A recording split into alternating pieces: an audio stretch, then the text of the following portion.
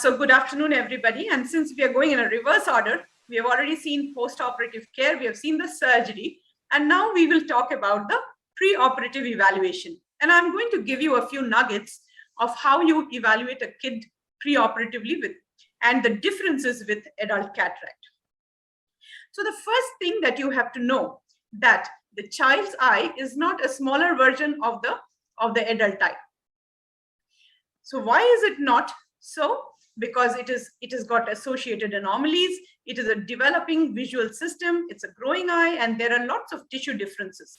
So you can't treat the child as a small version of the adult eye. The second difference, say this is a 1-month-old kid with membranous cataract in both eyes, microphthalmos, and he has a heart disease, patent ductus arteriosus. If it was an adult, we would think that we can go ahead with cataract surgery without much of a ado.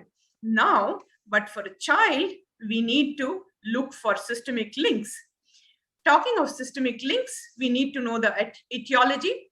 And for bilateral cataract, only 60% are idiopathic, but the rest 40% have some systemic associations like galactosemia, like infections, the torch infections.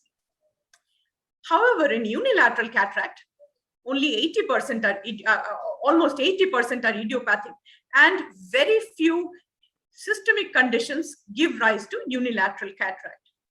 So what investigations do we need to do for the systemic link? The initial investigations would be full blood count, blood glucose levels, torch titer, and urine for reducing substance and amino acids. If we find any abnormality in this, we go on to the next phase, which are galactokinase levels, serum and phosphorus levels, etc. Now the question is, do we need to investigate every pediatric cataract for systemic diseases? Well, for this child, 2-month-old baby with unilateral cataract and diffuse sutural and punctate cataract with no systemic or ocular associations, we really don't need to investigate. So which are the conditions when we don't investigate? Unilateral cataracts, when there is a history of trauma or a family history, we really don't need to investigate. Now let us see this 6-month-old child with total membranous cataract in both eyes with both eyes nystagmus. How will we manage this case? Now, in an adult, we would probably do an ultrasound and go ahead with surgery. But in a child, the evaluation is a little different. We need to have a history of deviation in nystagmus, which indicates early cataract.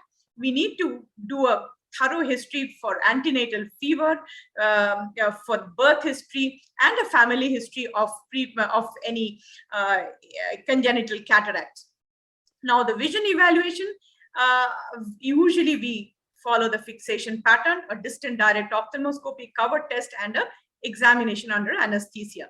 A little word about distant direct ophthalmoscopy, which is done at around 1 meter's distance and with the direct ophthalmoscope, and we look for the red reflex. If the red reflex is brightened in both the eyes equally, it means that the child does not have a cataract. If the red reflex is a little dull in one eye, then we actually dilate it, and we can easily see a opacity against the bright red background, and we can detect the density of the opacity, the situation, the location of the opacity, and take a decision. We can also do an ultrasound biomicroscopy if the fundus view is not clear, and sometimes a UBM preoperatively under general anesthesia to look for the lens lenticonus and some lens abnormality. Now, some of the poor prognosticators for cataract in a child are complete total cataract with a delayed presentation, strabismus, poor fixation, nystagmus, and other ocular anomalies are also poor prognosticators. Now, another difference with that of adult cataract, before the surgery, we do the examination under anesthesia, and probably it takes a little more time than it takes to do adult cataract surgery. It starts with the inhalational sedative, followed by a keratometry, followed by intraocular pressure, Then the child is intubated and we go on to measuring the corneal diameter, pachymetry, axial length, gonioscopy. And this is the exact order that we follow for an examination under anesthesia. The keratometry is done first with a handheld keratometer, which corroborates quite well with the manual keratometry without an eye speculum. Then it is followed by the intraocular pressure, which is done as soon as possible after the sedation before the injection of muscle relaxants, because muscle relaxants can give a false low intraocular pressure.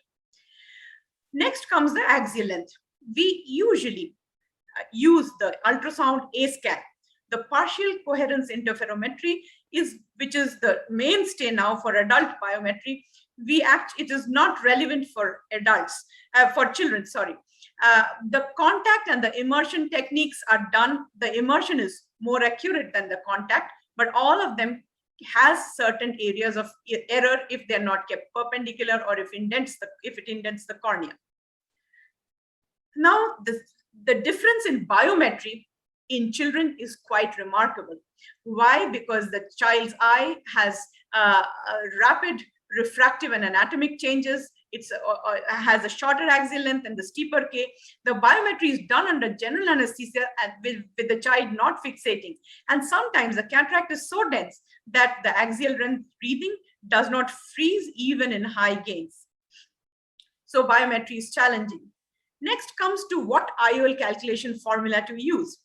Again, unlike that of adults, where we have moved on to the recent formulas, different literature in the different spans of time have found that the SRK2 and T is more predictable for pediatric patients. What should be the target refraction? Again, there is a different with that of adults. We aim for hyperopia in children, and usually we keep the patient, we follow the rule of 7, where we add the target refraction and the age should add on to 7. So if the child is 3 years old, the target refraction should be 4. But there is no one rule fits all child. We need to look at other things like the other eye status, the visual acuity of the other eye, parents' refractive error, and then decide on the target post-op refraction. For example, if the parents' refractive error is myopic, then we aim for a higher hyperopia. If we expect poor compliance with glasses, then we don't keep a very high hyperopia. We keep a lower hyperopia, compromising on the myopic shift towards towards the later teenagers. So some of the nuggets which I want to leave you with in a child's pre-op evaluation will be to investigate for etiologies, especially in bilateral cataract. Always see the red reflex. Always do a cover test. Make a note of the refraction. See the fundus.